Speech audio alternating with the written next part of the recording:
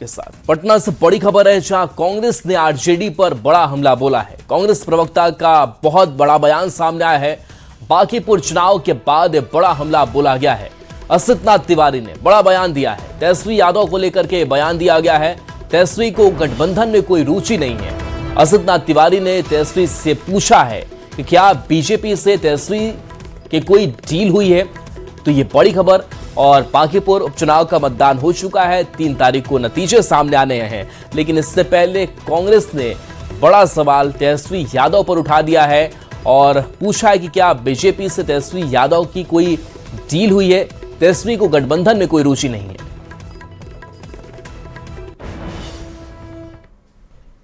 बिहार में इंडिया गठबंधन में सबसे बड़ा जो घटक दल है वो राजद है, लिहाजा राजद की जिम्मेदारी भी बड़ी है।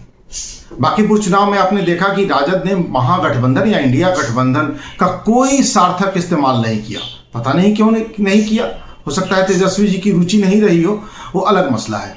बीते विधानसभा चुनाव में कई जगह फ्रेंडली फाइट की नौबत आ गई, ये आपने देखा, और तब लोगों ने अफवाह उड़ा दी कि भाई तेजस्वी जी ने भाजपा के साथ अंदर खाने में कोई डील कर रखी है। अब तो राजद के अंदर खाने ये चर्चा होने लगी है कि हाँ, क्या सचमुच तेजस्वी जी ने भाजपा से कोई डील कर रखी है क्या। जो तीसरी बात बांकीपुर चुनाव में देखने को मिली, जो राजद का कोर वोट बैंक है, मुस्लिम यादव जो समीकरण है, उसमें भी बिखराव दिख रहा है। तेजस्वी जी अपना समीकरण बचाने में भी पूरी तरह से सफल नहीं दिख रहे हैं। गठबंधन में उनकी कोई दिलचस्पी नहीं दिख रही है। बहुत सारे फैक्टर हैं। अंदर जो अफवाहें चल रही हैं उसको भी वो नहीं रोक पा रहे हैं। रवीश नारायण है फोन लाइन पर, न्यूज 18 संवाददाता। रवि, तेजस्वी की बीजेपी से क्या डील हुई है, ये सवाल खुद उनके गठबंधन के साथी उठा रहे हैं, कांग्रेस उठा रही है। किस तरीके से इस बयान को देखा जाए असितनाथ तिवारी के? देखिए, बांकीपुर विधानसभा का जो उपचुनाव हुआ है, और हालांकि नतीजे अभी आने 3 तारीख को आएंगे, लेकिन जो रुझान सामने आ रहे हैं और ये देखा गया कि कई जगहों से जो माई समीकरण है उसमें भी काफी बिखराव देखा गया, और इसे लेकर के अब गठबंधन के बीच की जो तल्खी है वो सामने निकल करके आ रही है। पिछले विधानसभा चुनाव में भी आपने देखा होगा कि कई जगहों पर फ्रेंडली फाइट हुई थी। उस समय भी कांग्रेस ने बड़े सवाल खड़े किए थे कि जो कांग्रेस की सीट है उस पर आरजेडी कैसे सिंबल जो है वो दे रही है। बाद में कई जगह विड्रॉ किया गया, लेकिन बावजूद कई जगह पे हुए। लेकिन बांकीपुर चुनाव के बाद ये जो सबसे बड़ी बात कही गई कांग्रेस के द्वारा कि यहाँ पे क्या बीजेपी से कोई डील हुई है, तो ये जो सवाल है ये गठबंधन के लिए सबसे बड़ा सवाल खड़ा होता है। क्योंकि जिस तरीके से यहाँ पे देखिए तेजस्वी यहाँ पे प्रचार में बांकीपुर में अंतिम 2 दिनों में रहे, मजबूती से रोड शो किया, उन्होंने कोशिश की कि पूरे आरजेडी को जोड़े, लेकिन जिस तरीके से बिखराव की बातें कही जा रही है। रवि, आपके पास आएंगे, खुद असितनाथ तिवारी जी हमारे साथ जुड़े हुए हैं। असितनाथ तिवारी जी, ये सवाल उठाने की नौबत ही क्यों आई कि महागठबंधन का ख्याल नहीं रखते तेजस्वी की कोई डील हुई है बीजेपी से? कैसी डील हुई है? देखिए, ये हम नहीं कह रहे हैं कि उनकी कोई डील हुई है। ये अफवाह जन स्वराज की तरफ से उड़ाई गई थी पिछले विधानसभा चुनाव में, जिसका साफ जवाब आरजेडी की तरफ से नहीं आया। हमें चिंता है क्योंकि आरजेडी हमारा सहयोगी दल है। हमें चिंता है इंडिया गठबंधन की, क्योंकि राष्ट्रीय स्तर पर हम इंडिया गठबंधन को लीड कर रहे हैं। आपने पूरे चुनाव में, बांकीपुर का पूरा चुनाव बीता, आपने पूरे चुनाव में देखा होगा कि हमारे जो ओपोनेंट है भाजपा गठबंधन के सभी बड़े नेता एक साथ चुनावी मंचों पर दिख रहे थे, एक साथ जनसंपर्क में दिख रहे थे। नीतीश जी का बाकायदा वीडियो जारी करवाया गया और हम अपने दफ्तर में बैठे इंतजार करते रह गए कि हमारे साथ कोई कोऑर्डिनेशन होगा। हमारी पार्टी के नेता मीटिंग्स में बिना बुलाए पहुंचते रहे। हम नॉमिनेशन में गए, नॉमिनेशन के बाद जो भी मीटिंग हुई हम लोग चाहते रहे कि कुछ तो कोऑर्डिनेशन हमसे होगा।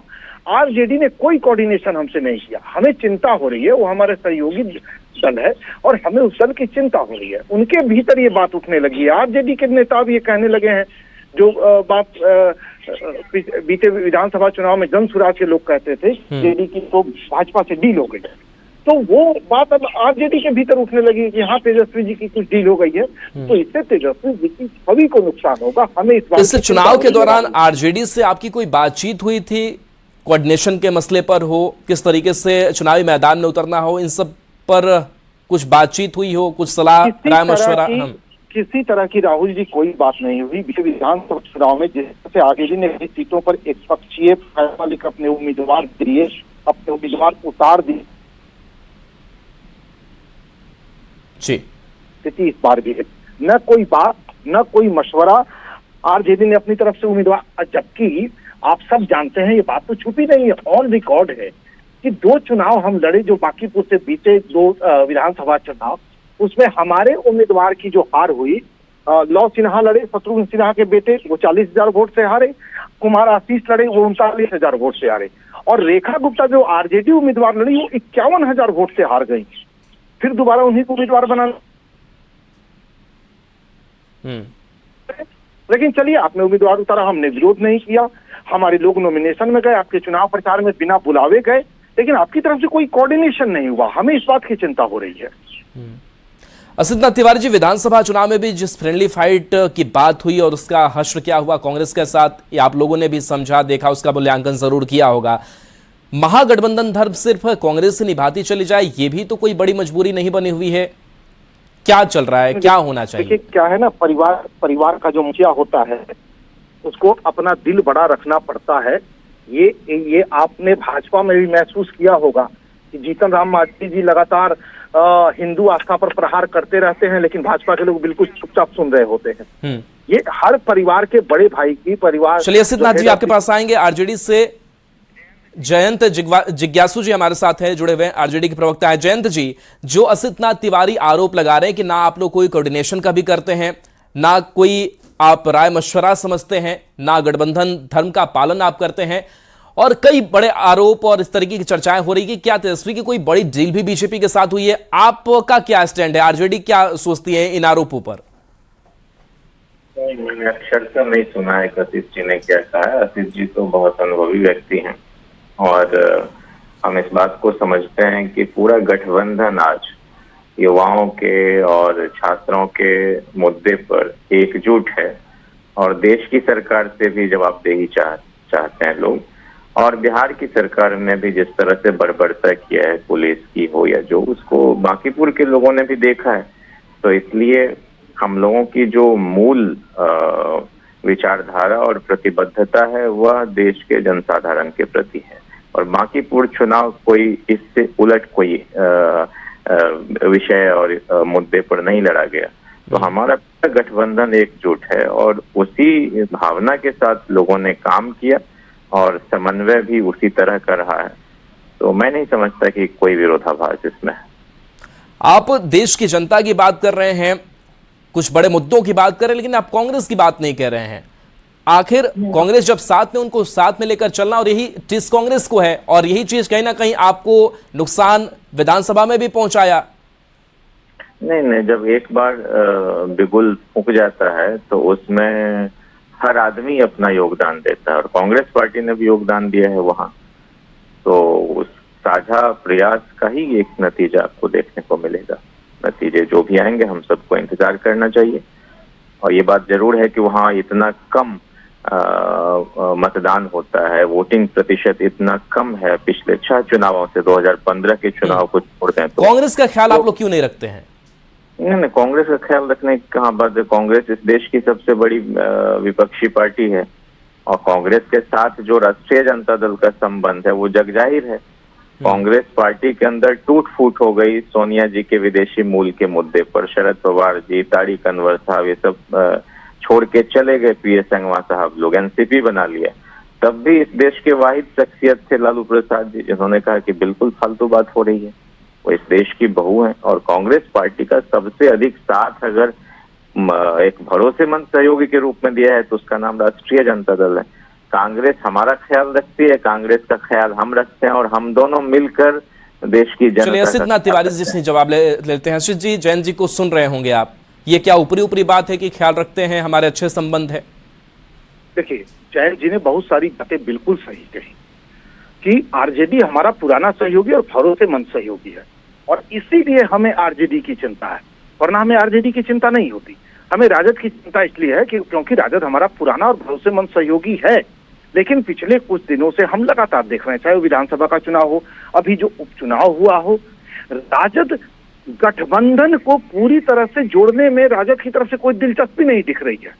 हमें इसीलिए आश्चर्य हो रहा है कि अचानक ऐसा क्या हो गया कि कोई दिलचस्पी नहीं दिख रही। हम इंतजार कर रहे हैं कि कोई कोऑर्डिनेशन हमारे साथ होगा, कोई हमारे साथ बातचीत होगी, नहीं हुई। आपने उम्मीदवार दे दिया, चलिए हम आए आपके बीच, हम नॉमिनेशन में गए, हम आपके चुनाव प्रचार में गए, हमारे बड़े नेता पटना में बैठे रहे, वो इंतजार करते रहे कि उनके साथ कोई कोऑर्डिनेशन होगा, कहीं रोड शो के लिए, किसी रैली के लिए, कोई कोऑर्डिनेशन नहीं हुआ।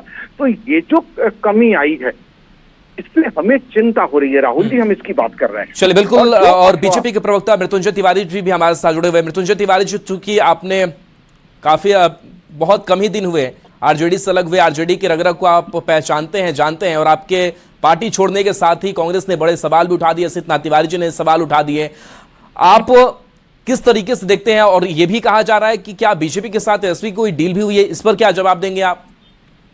देखिए, ये सब जो महागठबंधन है, ठगबंधन है, ये जो इंडिया गठबंधन, ये भानुमति का कुनवा कोई जान रहे हैं कि किसी से कोई मतलब ना, तो कोई आइडियोलॉजी है ना, इनके पास कोई मतलब नेतृत्व है, न तो ये क्या करेंगे। ये तो आपस में लड़ेंगे, आपस में ही इनका सिर्फ हाथ मिला लेंगे, गले मिला लेंगे, दिल मिला हुआ है नहीं। तो लोगों को ठगने का काम कब तक करेंगे? ये जो जनता तो सबको पहचान चुकी है ना। कांग्रेस आज रोना रो रही है, और फिर कांग्रेस तो ही दरबार में जाएंगे। एक बार बुलाटा भी कांग्रेस कर रही है, हमको बुलाया नहीं हमको। अरे कांग्रेस का अब बिहार में क्या अस्तित्व है? कांग्रेस पार्टी तो पूरा राजद के सामने घुटना टेक कर खड़ी है हिम्मत वाला कांग्रेस हो जाए। तो इसलिए देखिए, ये सब गठबंधन लोगों को सिर्फ ठगने का काम कर रही है। अच्छा, ये भी आरोप है, बड़ा आरोप है कि तेजस्वी की क्या कोई डील भी हुई है बीजेपी के साथ? अब ये कौन आरोप लगाने वाले हैं, किन पर आरोप लग रहा है, ये वो दोनों जाने, वो दोनों जवाब देंगे। यहाँ देश की न चिंता इन लोगों को, न बिहार की चिंता। यहाँ तो माननीय मुख्यमंत्री श्री सम्राट चौधरी जी बिहार के 14 करोड़ जनता के सपनों को साकार करने के लिए लगे हुए हैं। बिहार को विकसित बिहार बनाने के लिए, समृद्ध बिहार बनाने के लिए कांग्रेस की हैसियत पर ही सवाल मृत्युंजय तिवारी जी उठा रहे हैं। क्या जवाब देंगे? क्या वाकई जो पिछलग्गू होने की बात कही जाती है और कहा जाता है कि आरजेडी खुद को सर्वोपरि मानता है, जगह वो अहमियत नहीं दी जाती है, फिर भी आखिर ये मजबूरी क्यों रहती है हमेशा के नहीं साथ रहेंगे ही? देखिए, मृत्युंजय जी ने अभी एक बात कही कि बिहार के माननीय मुख्यमंत्री जी 14 के सपनों को साकार कर। उन 14 करोड़ में हमारे बड़े भाई मृत्युंजय तिवारी जी भी शामिल हैं। देखता हूँ इनके सपने साकार होते हैं कि नहीं, पहले तो यही मैं देख लूंगा। और रही बात, हमने आपको शुरू में कहा कि ये निश्चित तौर पर आरजेडी हमारा सबसे पुराना और सबसे, अरे पहले अपना सहयोगी से लड़िए ना, मृत्युंजय तिवारी से क्या लड़ रहे हैं? भैया सुन लीजिए। हमारा अपना साकार। अरे भैया, हम कह रहे हैं कि आपको आरजेडी में प्रॉब्लम है, हमको हमारा सपना पे कहाँ आ गए? बहुत जल्दी अपना हो जाता है। अपना पूरा कीजिए ना, पार्टी को बचाइए। नया मुल्ला बने हैं, प्याज ज्यादा खाइए। नया मुल्ला तो आप तो मुल्ला बन ही नहीं पा रहे हैं। अरे नया मुल्ला बने हैं, इधर के रह पा रहे हैं, उधर के रह पा रहे हैं। तो पहले अपने ना गिरेबान में झांकिएगा। सुन लीजिए, नया मुल्ला प्याज ज्यादा खाता है। पहले आरजेडी को सुनाइए। पहले हमारे कहने से आपके सपने साकार हो जाए तो कितनी अच्छी बात भाई। आप आरजेडी से लड़िए, पहले वहाँ पिंड छुड़ाइए। पहले आपको पूछिए नहीं रहा है, बड़े नेता को आप ही बोल रहे हैं। हम 14 करोड़ भाई, उस 14 करोड़ में आप भी शामिल है। मेरे सपने पूरे ना हो, आपके तो हो जाए, मैं तो यही कामना कर रहा हूँ। बिहारियों की चिंता है, आपको अपने नेता की चिंता है कि आरजेडी ने पूछा नहीं रोड शो में, आप ही ना बोल रहे हैं भाई। तो जो सपने आपके हैं, कोई एक सपना वो पूरा कर दें, चलिए हमारी यही कामना। अब सुन लीजिए, अब मेरा पक्ष भी सुन लीजिए, बड़ी तिलमिलाहट हो जाती है भाई, सर आगे बढ़ गए। हाँ, तो मैं ये कह रहा था कि हमें इस बात की चिंता है कि हमारा सहयोगी दल पिछले मैंने विधानसभा चुनाव का उदाहरण इसीलिए दिया। फ्रेंडली फाइट कौन सी फाइट होती है? फाइट तो आमने सामने की होती है। वो नौबत आई ही क्यों? तो कहीं तो गलतफहमी थी ना हमारे बीच, तब तो वो नौबत आई। कहीं तो गलतफहमी थी। ये हम दुनिया से छुपा कैसे लेंगे? हम कैसे जनता को कह देंगे कि नहीं हमारे बीच कोई गलतफहमी नहीं थी, हम तो रजामंदी से फ्रेंडली फाइट कर रहे थे? मतलब हम राजामंदी से एक दूसरे को हराने में लगे हुए थे? ऐसा कहीं होता है क्या कि रजामंदी से हम मित्र हैं और दोनों मित्र एक दूसरे को हराने में लग गए? नहीं।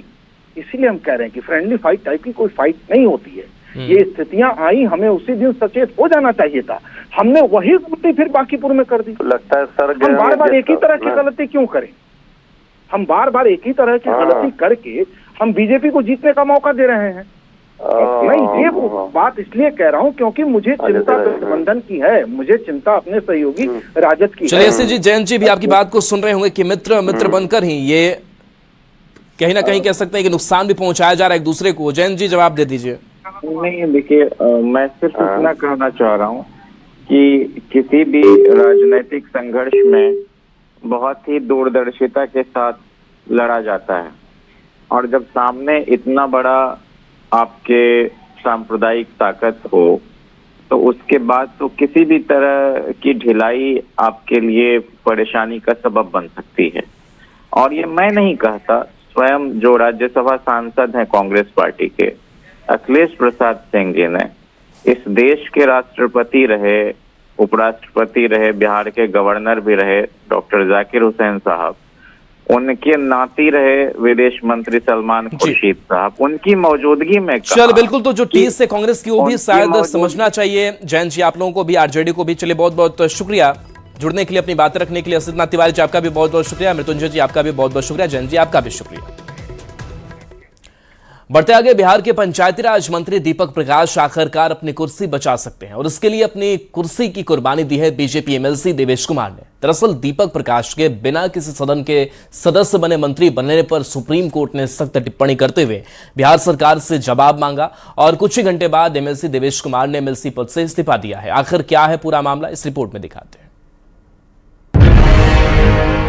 भारतीय संविधान का अनुच्छेद 164(4) एक ऐसा कानून जो बिना कोई चुनाव जीते किसी को भी मंत्री बनने की सहूलियत देता है।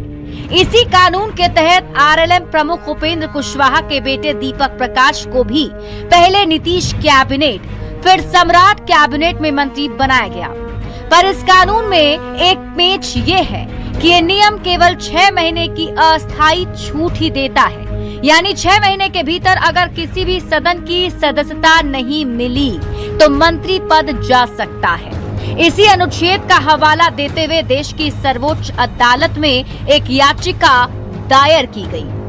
दरअसल 20 नवंबर 2025 को दीपक प्रकाश पहली बार मंत्री बने, बिना विधानमंडल के सदस्य के मंत्री बनाए गए। 7 मई 2026 को नई सरकार बनने पर दोबारा मंत्री बने। पहली बार मंत्री बनने के बाद 6 महीने बीत चुके हैं। 6 महीने की अवधि 20 मई 2026 को समाप्त हो गई। सुप्रीम कोर्ट में दीपक प्रकाश के मंत्री पद को चुनौती देने वाली याचिका दायर की गई। याचिका पर सुनवाई करते हुए कोर्ट ने सख्त टिप्पणी की और बिहार सरकार से पूछा कि बिना एमएलए या एमएलसी रहे दीपक प्रकाश किस अधिकार से मंत्री बने हुए हैं। कोर्ट की टिप्पणी के कुछ ही घंटों बाद बिहार में एक बड़ा सियासी खेला हो गया। बीजेपी एमएलसी देवेश कुमार ने शाम के करीब 4:30 बजे विधान परिषद सदस्यता से इस्तीफा दे दिया। सर, आपने इस्तीफा दे दिया है? मैंने इस्तीफा दे दिया। सभापति को आपने इस्तीफा दिया और सभापति को इस्तीफा देने का सर क्या कारण? बड़ा लोगों में लगता है कि मैं कोई इस पर टिप्पणी नहीं करना।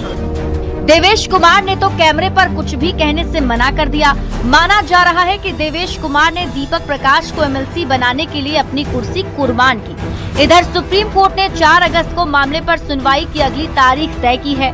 अब देखना होगा कि दीपक प्रकाश कोर्ट की अगली सुनवाई से पहले शपथ लेते हैं या इस सियासी पिक्चर में कोई और प्लॉट ट्विस्ट आता है। पटना से न्यूज 18 के लिए संवाददाता शैलेंद्र और रवि एस नारायण की रिपोर्ट। इधर पंचायती राज मंत्री दीपक प्रकाश ने बड़ा बयान दिया है। मंत्री पद पर बने रहने के सवाल को लेकर सुप्रीम कोर्ट की टिप्पणी पर उन्होंने सीधा सीधा बोलने से मना किया है। हालांकि उन्होंने एमएलसी देवेश कुमार के इस्तीफे को भी बिल्कुल अलग मामला बताया है। दीपक प्रकाश ने कहा कि उनके मंत्री पद बचाने या एमएलसी बनाने के सवालों का देवेश कुमार के इस्तीफे से कोई संबंध नहीं है। दीपक प्रकाश ने कहा कि देवेश कुमार ने किस कारणों से इस्तीफा दिया है इसकी उन्हें कोई जानकारी नहीं है। सुप्रीम कोर्ट में है तो उस पर जवाब देना बहुत उचित नहीं रहेगा, कुछ भी बोलना। जो भी बातें हैं सुप्रीम कोर्ट के समक्ष रखी जाएंगी। जगह जी का केस खाली कराया गया है, जिस प्रकार से सुप्रीम कोर्ट का आदेश आया है। नहीं, अब दोनों चीजों को पता नहीं किस प्रकार से जोड़ के देख रहे हैं, मेरी समझ में नहीं आ रहा है। उन्होंने किस कारण से इस्तीफा दिया है इसकी भी मुझे जानकारी नहीं है, इसके बारे में बहुत कुछ नहीं बोल पाऊंगा। अगर मौका मिलता है नहीं, अगर मौका मिलने की इसमें कोई बात नहीं है। दोनों चीजों को जोड़कर, आप तीन चीजों को एक्चुअली अब जोड़ कर देख रहे हैं, सुप्रीम कोर्ट की बात, उनके इस्तीफा, एक और तीसरी बात को जोड़ करके देख रहे हैं। लेकिन तीनों चीजों को जोड़ने के लिए कहीं कोई तथ्यात्मक बात, कोई भी औपचारिक बात सामने नहीं है, तो इस पर तीनों चीजों को जोड़कर नहीं देखा जाना चाहिए। देवेश कुमार के इस्तीफे के बाद सियासी हलचल तेज है। उपेंद्र कुशवाहा सीएम सम्राट चौधरी के आवास पर पहुंचे। सम्राट चौधरी से मुलाकात कर दीपक प्रकाश के मुद्दे पर बातचीत की। दीपक प्रकाश जल्दी एमएलसी बन सकते हैं। देवेश कुमार के इस्तीफे के लिए बाद एमएलसी के लिए सीट खाली हो गई है।